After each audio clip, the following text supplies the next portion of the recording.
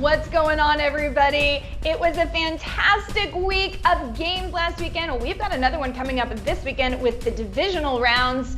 And even though our Cowboys didn't advance, Fabs, it was fun, right? No, it was not really all that fun. 4 of the games were bad, and the Cowboys lost again. So I'm a bit bitter, as you can tell.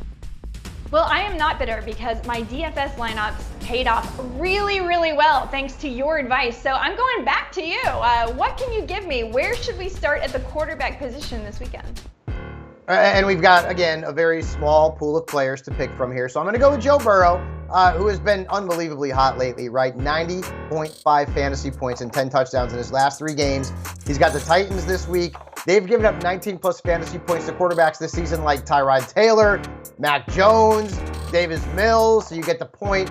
Burrow and that Bengals offense should be able to purr in Tennessee. And then Matthew Stafford looked good last week, right? I mean, he's been a bit up and down over the last several weeks. He's been turning the ball over a little bit too much, but last week looked very good against the Cardinals. And this could end up being a really high-scoring game in Tampa Bay. SI Sportsbook has the over-under at 48.5 right now. So I think Stafford, who had a big game against the Buccaneers earlier in the season, is a very good play. And in DFS, he's only $6,200.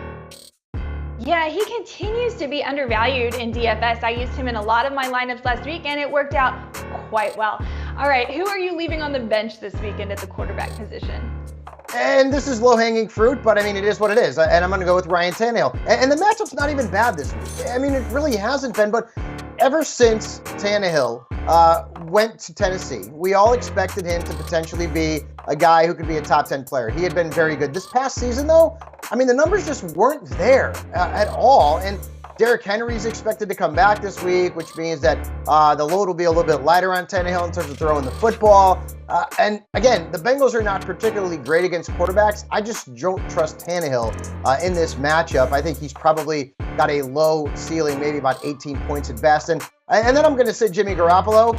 And this is more like a rage sit because he just beat our beloved Dallas Cowboys. But he didn't even score 5 points in that game, right? So it wasn't because Garoppolo had a big game that the Cowboys lost. 14 penalties. How about that? But I don't love the matchup against Green Bay. And to be quite honest with you, Garoppolo, when you look at his numbers, he's failed to score more than 16 fantasy points in all but one of his last 10 games. And the Packers held him to fewer than 15 fantasy points back in week 3. It's going to be cold at Lambeau Field. It's a night game. I'm going to fade Jimmy G, who is also playing at less than 100%. My fade for DFS is Tannehill at $5,800. Also, interesting stat, Green Bay Packers have averaged more than 1 interception per game their defense has, and when Jimmy Garoppolo doesn't throw an interception, then they're, I believe, 7-0. So I think that if they can intercept Jimmy Garoppolo, you know, all the pieces come together. I don't think Jimmy has a good game this week. Let's move over to the running back position. How about Devin Singletary? I mean, where was this all season long? He was a league winner for fantasy managers because he was very good during the postseason stretch. And he's been great. I mean, 16-plus fantasy points in 5 straight games, including 3 with 23 or more. He has become the featured back there in Buffalo. Now, the Chiefs did hold him to just 3.3 fantasy points back in week 5. Long time ago, folks. Different offensive philosophy now in Buffalo. They're trying to get Singletary more involved. And again, he is the number 1 guy. The Chiefs defense has also allowed a running back to score at least 15.6 fantasy points in 3 of their last 4 games. So I like Singletary. And I'm going to go with Elijah Mitchell again. I told you to play him last week. He had a good game. This week, I'm going to say play him again because he is getting big-time volume, right? Look at the numbers. 51.9% touch share against the beloved Dallas Cowboys, who are no longer in the playoffs. I just can't get over that. And Kyle Shanahan, what is he going to want to do, Jen? Run the football. Because what do you want to do when you play the Packers? Keep Aaron Rodgers off the field. So Elijah Mitchell in a matchup that is pretty positive, I feel like, is a very good play. Some of my DFS bargains, Gio Bernard at $5,000. And Jerick McKinnon, he's been really good lately against Buffalo at $4,800. Yeah, Jerick McKinnon and Gio Bernard both coming out of nowhere last week and were excellent dart throws in your DFS lineups. If you had them or Keyshawn Vaughn, you probably had a fair amount of success. I know I did. Thanks again, Michael Fabiano. Continuing with the running back position, who should remain on our bench this weekend? I'm sitting Sony Michel, and I know he's been very good for a lot of the second half of the season when Darrel Henderson went down, but did you see Cam Akers last week? This guy just came off a torn Achilles, and look at what he's doing. The timetable for his return was accelerated ridiculously. The man is Wolverine. He's got adamantium running through his veins. And he looked good last week, so I can't play Sony Michel because it looks like he's number 2 in terms of touches in that backfield, and the matchup's not great against Tampa Bay. And then Darrel Williams. Boy, did he burn us last week, right? We all thought Williams would be the guy when Clyde Edwards-Helaire was declared out, and it was Jerick McKinnon. And so right now I can't trust Darrel Williams with or without CEH. He's a fade for me against the Buffalo Bills. Sony Michel at $5,300 is a fade, and so is Deonta Foreman at $5,400, again, assuming Derrick Henry returns for the Titans. And we all kind of hope Derrick Henry does. Aren't we all interested in what Derrick Henry looks like? Could he look as good as Cam Akers, or maybe even better? Only time will tell. Let's move over to the wideout position. Who should we definitely have in our lineups this weekend? I'm going to stick with the 2 guys I talked about last week. One was good, one was not good. And the one that was good was Mike Evans, right? I mean, he's been on a real tear in recent weeks. 14-plus fantasy points in 3 straight games, including 2 games with nearly 27. And now I get it. Right? He's probably going to get shadowed by Jalen Ramsey in this game, but I don't think Tom Brady's going away from him because, well, what do they have at wide receiver behind Mike Evans? It's not very good. You're talking about Brashad Perriman, Tyler Johnson, Scotty Miller. He's got to go to Evans. And I think he will. And the Buccaneers, well, that offense, even without Godwin and AB, they can score some points. So I'm going to stick with Mike Evans in this game. And I'm sticking with T. Higgins. Last week he was terrible. 2 points. That was it. It was the Jamar Chase for Cincinnati's offense. But I'm going to double down on T. Higgins, who has a really good matchup against the Titans. Their defense gave up the 2nd most fantasy points to wide receivers during the course of the fantasy season. And they also allowed a combined 20 touchdowns and nearly 15 catches a game to that position. So keep the faith in T. Higgins. I'm also going to be going with Brandon Ayuk at $5,200 against Green Bay and Gabriel Davis at $4,600 against the Chiefs in what could be a high-scoring game. I hope it's a high-scoring game. I'm counting on it. Now, who are we going to sit at the wide receiver position?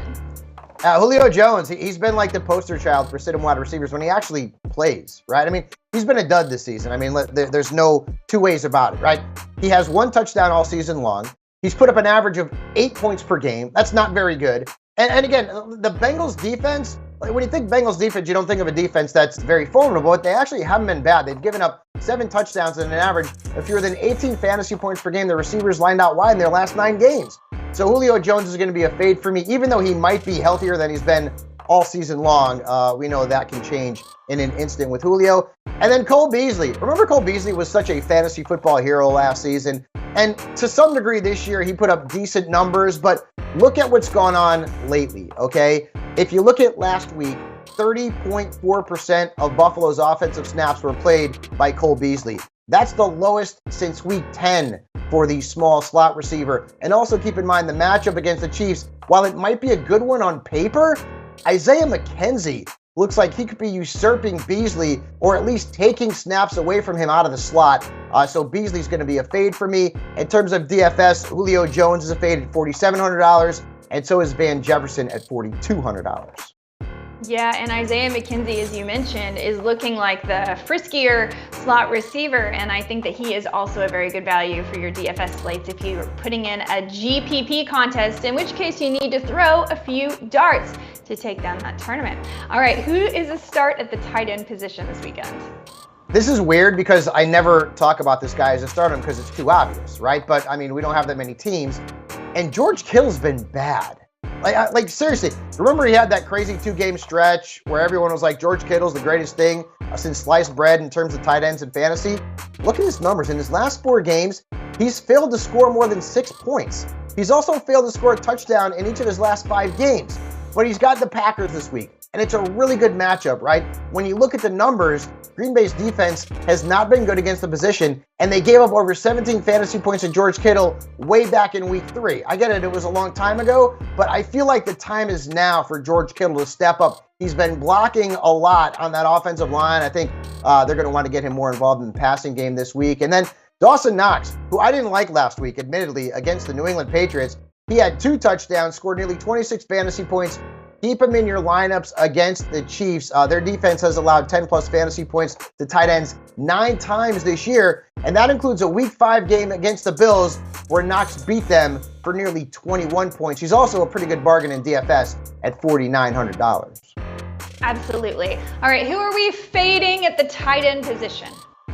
I'm going to go with Tyler Higbee here. Now, I get it. If you want to go with a cheap play at tight end or you want to just go with a guy who could potentially be playing in a game that's a high-scoring affair, I get it. But this is a play here that I don't love. Now, the Buccaneers did just give it up to Dallas Goedert last week. Totally got that. But the Eagles don't have many weapons in the passing game besides Devontae Smith, right? So that is not the case with the Los Angeles Rams. And the Bucs defense has actually been better against tight ends lately. They've allowed just 2 touchdowns to the position in their last 12 games. So Higbee is a bit of a risk for me. And I also would not chase the points with CJ Uzomah. He looked really good last week. He had a huge game, over 18 fantasy points, but that was against the Raiders. Now he's got the Titans. They have been very tough on tight ends, allowing no touchdowns and the second fewest fantasy points to the position over their last 7 games. In terms of a DFS fade, I would fade Higbee at $4,000. Yeah, I was just looking at Uzomah's matchup, and it is very bad, so I agree, do not chase those points.